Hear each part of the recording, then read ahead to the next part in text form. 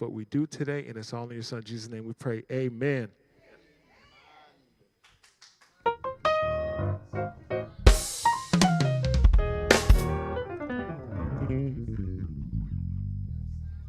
Oh, yeah.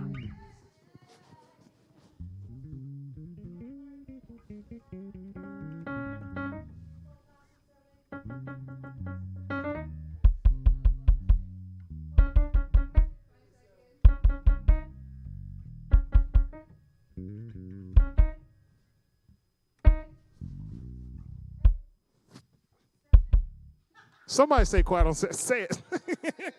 Okay.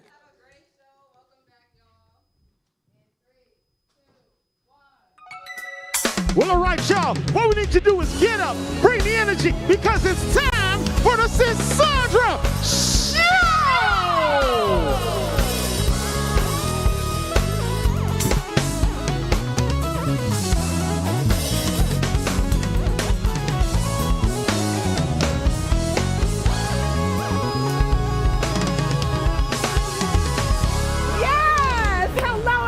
And welcome to the Sisaundra Show. Happy Wednesday. We call it Hump Day, y'all. I mean, we missed y'all so much. We have so much in store for you today, too. So go ahead and get all comfy. Yeah. Grab your bubbly beverage. Oh, yeah. And let's get this show started.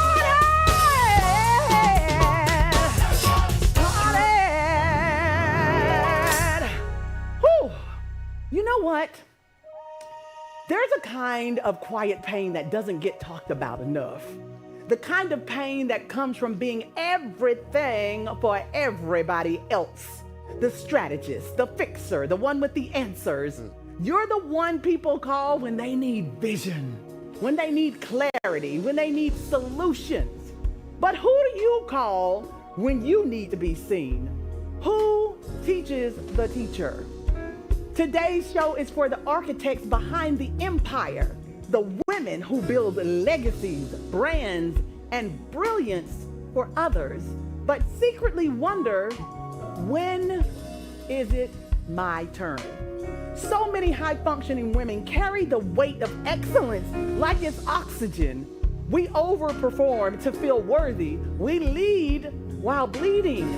We create success for others while slowly losing touch with the sound of our own voice. This episode is about that.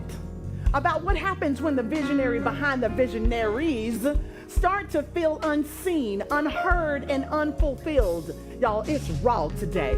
It's real. And it's a conversation so many of us need to have, but rarely do. So let's have it.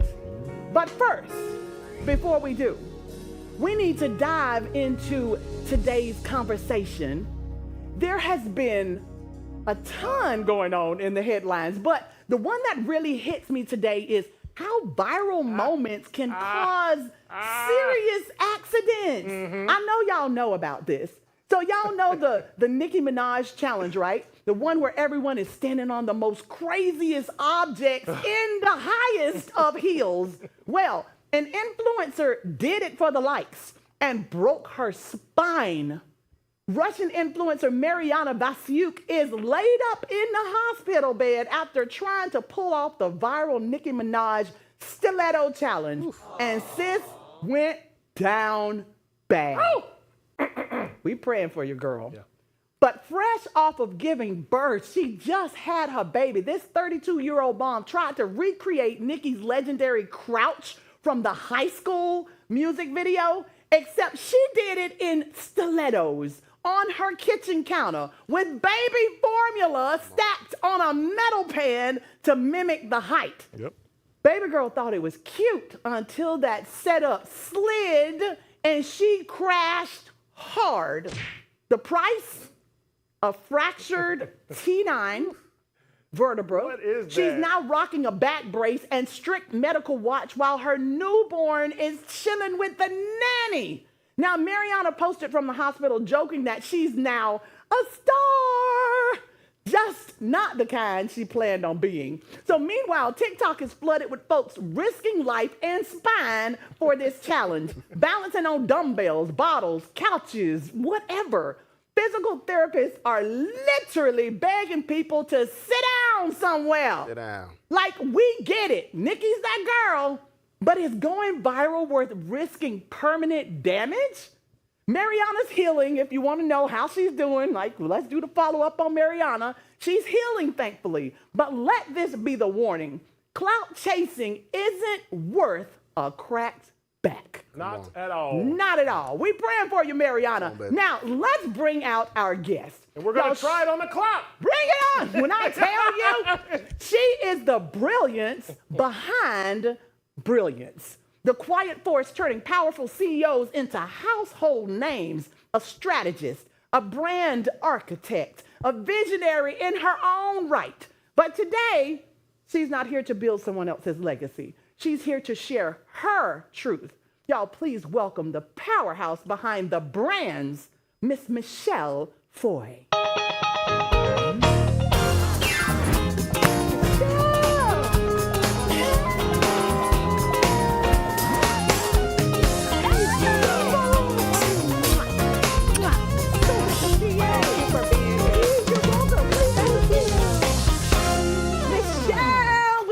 Delighted to have you. Thank you for joining us. It's my privilege. When I tell you, and you look fabulous. Thank you. The memo was taken. It was gotten. Now, let's dive into you and everything you're doing, your truth today. Yes. You've helped build million-dollar brands for powerhouse CEOs. But being the go-to fixer comes with a weight most people never see behind the scenes. What was the personal cost of carrying that responsibility for so many others? It cost me my brand. Oh. It cost me my brand. Let's talk about that. Yeah, absolutely. How I even arrived at this, Sisaundra, where I recognize that seven-figure CEOs or even my clients is by helping those who had entry-level brands and who had five-figure brands or six-figure brands, right? And so in doing so, I was very much challenged on the offers that I had for the levels that I was serving. And so it doesn't matter what level you serve at, right? Whether it's three-figure, four-figure, five-figure, but your offers need to be suited around that, because what it does is it creates brand confusion, customer dissatisfaction. And so I paid a few coins to, you know, get my way to seven-figure CEOs, which is where I know that I am my highest and my best. You have to invest to get to the best. Absolutely. You better come on now. Do I got bars already, fellas? Don't play with me. We starting early. I love it. So there's something really interesting about being the person who brings everyone else's vision to life, while sometimes slowly feeling like your own voice disappears. Like you're saying, you lost your brand. Did you ever notice that your needs were getting lost in the background with your brand? Your personal needs? Yeah, absolutely. So for myself, you know, I think we all set goals. We may not set New Year's resolutions, but I'm sure like we set goals. We set goals, yes. Right? And so at the top of the year, I decided that I really wanted to push hard for my clients. I wanted to throw my all into them. And you know, I would say probably around June, I'm like, okay, I can't neglect myself in the process, because there was a level of comfort that was seeping in. Really? Yeah, there was a level of comfort. I wasn't challenging my own, I was challenging my clients, but I wasn't challenging myself. Who's challenging you? Exactly. Yes. Exactly. That was the question we asked, like, who's teaching the teacher? Who's there to help you feel seen? You're helping everyone else be and feel like they are being seen. But what about you? Absolutely. Now, you're known for making other people look their best. But when no one's watching, no clients, no audience, how do you show up for yourself? So I show up for myself by going for walks. I love walks. Oh, that's awesome. Yeah, I love walks. Just morning, evening? Morning Really? Walks, you know, because I feel like when you're outside, you really understand the limitlessness of God. Oh, yes. You know what I mean? That's strong, yes. You really understand. So it's like if you were in doubt, just go outside. Go outside and see how Yeah. small you are in Yeah. this big world. Absolutely. Yes. I like audibles. Beauty, yes, the beauty of nature, the Yep. sounds. Yeah. Come on. Absolutely. So when you go outside to take in nature and have this walk, what do you take with you? Well, I listen to audibles. Okay. Because I find that I am sharper. I'm not, if I read a book, I'm gonna fall asleep, but I can listen to audibles all day long. Yes. And so when I listen to audibles, I just find that my thinking is more clear. I feel like it's more creative. Yes. So yes, I Do you listen to more affirmations? What do you listen to in your audibles? Just books. everything? Books. Yes. Books, yeah. So I do have a very good friend who frequently texts me all Which kinds audibles you need to hear? Yeah, like, that's what I'm asking. Like, what's on your playlist? What Yeah. you listening to? All right, is it motivation? Is Yeah, so Louise Hay has a very good one. love Louise Louise Hay, Hay. yes, yes. Okay. Yeah, so Louise Hay is very good. I also like, when it comes to, I love Tasha Cobb and Sierra's song, just as a song, Oh, like music. praise yes. and worship. Now you in up Yes, my alley right now. I love that one. Yes. You know, it's certain songs, right, Yes. that just do it, you know, you still Makes love you me forget that despite you got of me. another 8,000 steps to go. Exactly. Yes. So the first thing to do is we Yes. need to create that playlist Yeah. that's going to motivate us and accelerate us forward. I love that. And Peloton is good too. Peloton, you know, people think about Peloton and the bike, but Peloton also has a program for walking. Like you Really? can walk outside. Oh yeah. And the Peloton instructors are also very motivational. Okay, we're going to check that out as well. Thank you, because we got to know what you're taking Yeah. with you on this positive walk. We're going to go to break soon, but Okay. before we do, a lot of people tend to bury their pain in productivity. Where do you bury yours? Woo. You know, I think I have been one of those who has traditionally buried their pain and productivity, but I've learned in my more mature years, you cannot hide behind the computer or hide behind whatever. You can't hide behind going to events. You can't hide behind going traveling. All Say this it. soft life, don't get me started. Stop it. You Not come the back. soft life. You messing with the soft. Because you know what? I say this all the time. No matter where you go, there you are. Yes. You Yes. cannot get away from yourself. Yes. There's nowhere to hide. Yes. Listen, we're going to take a short break. We'll be right back. Don't y'all go nowhere. It's getting good for the culture.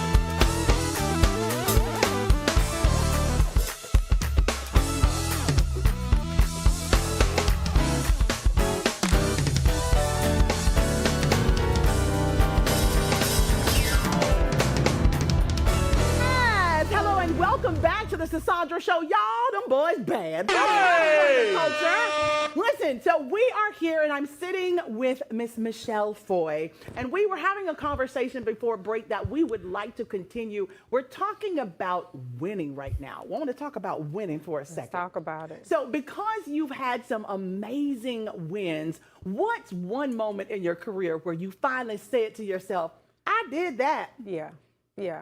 You know, honestly, I think the moment that I said I did that was when I walked out of corporate America and went into entrepreneurship full time. Oh, that would definitely be I did that. Yeah.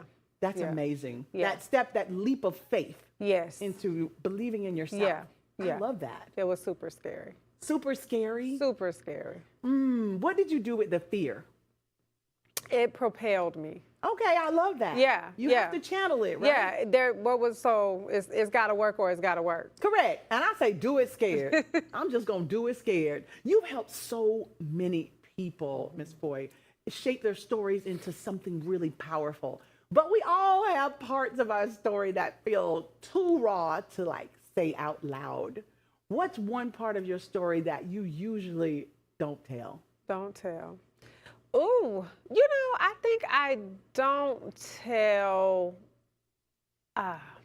probably a lot of like things I went through as a child. Do you know what I mean? Yes. Like I try to put that behind me. Yes. Yeah. But it's the childhood that shapes everything that we are. Yeah. So do you put it behind you or do you talk to the younger you? I have started that later. So I turned 50 last year. Did you really? I did. Congratulations. Thank Welcome you. to the club. Welcome to the club. I'm like in the middle of the club. Yeah.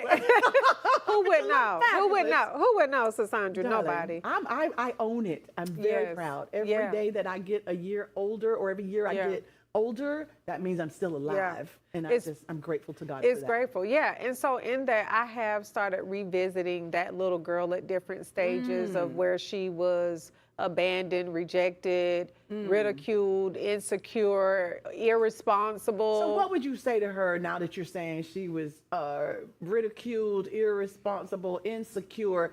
Say something to her right now. You're enough. You're enough. You're enough. That's two powerful Yeah. words. You're enough. Say it again. You're enough. You're enough. Thank you so much for sharing that with us. We're going to go on to a segment that we call Uncomfortable Truths. Now, this next segment is not for the faint of heart. Uncomfortable truths are the questions that make you pause, the ones that get stuck right here in your throat, the ones that pull back the curtain on identity, culture, success, and healing. And if you're brave enough to answer honestly, that's where the freedom lives. Are you ready to get into it? I'm ready for it. Uncomfortable truths. So, you know, a lot of us have mastered the art of code switching, right? We shape shift, we tone it down, we clean it up just to make it in certain rooms. But there's a cost for that. A quiet grief that comes with silencing parts of who we really are just to be seen as professional, safe, or deserving. So I want to ask you, what's one part of your identity you felt you had to erase just to survive in certain rooms? Michelle? Yeah. So I would say, I'm going to give you two. So in corporate America, right, it is the proverbial angry black woman. If you are course. intelligent, assertive, you know, show leadership, Can articulate, yes, all of those. You are Angry. yes, you are an angry black woman, right? I hate it. And I literally experienced that. I had a temporary corporate contract at the end of last year, and I experienced discrimination, like full-fledged discrimination, white woman tears, all of that. Like I had never experienced that level of discrimination in my life, and it was real. Yeah. Wow. Yeah. How did you manage to get through that with grace? Well, it ended, right? Because I confronted it. I had to say to myself, okay, you know, this is like a $200,000 gig. It's from home. You know, I have a team that helps me run my organization in terms of branding. So I have bandwidth to actually do things like that. Right. But I pretty much had to I saw it impacting me and impacting my team because I'm trying to sweep it up under the rug. Yeah. Now, Michelle, I've heard of crocodile tears, but I don't know if I've heard of white woman tears. You haven't? Tell me about those. Oh my gosh. So I got it. Yeah, I got it. No, but no, seriously. And the thing is, I had 3 white women reporting to me. They were older white women, and they just were so combative, so insubordinate, just so insolent, right? I mean, the basic things. If you ask them for a status report, they got 15,000 questions about a status report, and you know they've been working for 40 years, right? So they should know. Yeah, and so the woman told me the conversation, the straw that broke the camel's back for me was I had a conversation. She said, we just don't, if we knew you, we could trust you. I said, well, what do you need to know? How does that work when the company hires you to come in and they trust you to be a leader? Yeah. How do they need to know you so that they can trust you? Yeah. This was a director level position. Oh, wow. Yeah. And she literally started crying. And I had another, so in corporate, it was that. In entrepreneurship, what I find is that for me, you know, it's no queen left behind for me. Correct. So when I meet Sisaundra, I may connect with Sisaundra. You know, maybe we exchange information or you know connect on social, whatever it is. I think it's a lot of pretense. So I had to kind of leave. You know, I had to kind of leave my openness and warmth behind a little bit to be able to fit into this. Yeah, because people, Did you feel like you had to dumb yourself down? Yeah, you definitely. How do you do that as a leader, though? Yeah. You ask a lot of questions. Okay. You ask the questions and let them tell you opposed to you sharing your knowledge with them. You got to lead. They have to be led to the water. Okay. Yeah. Okay. Very interesting. Tell us, when I tell you, y'all, what message did that send to younger you about who you had to be and feel to feel accepted? Oh my gosh, I'm having so many aha moments. This segment shouldn't even been about branding. It should have been about, you know, really womanhood. I'm having so many aha moments about like, I don't owe anybody anything, and they don't owe me anything. Bingo. Whatever I do through the grace and mercy of the Lord. And like they just being used by God. You know, a lot of times we carry a lot of, you know, feelings because we think people owe us. I don't have to overcompensate because why? I am enough. So I love that. I don't have to buy gifts, buy lunch, buy do this, friends, do that. Yeah, I don't have to do that. And so those are things that are just really coming to me in this season where I'm really learning, hey, you love yourself. I said to myself just today, you already love yourself. So anything extra is just a cherry on top. I love it. That's the attitude to have. Yeah. Love yourselves, and anything else that comes to you is just a cherry on top. Be like Michelle.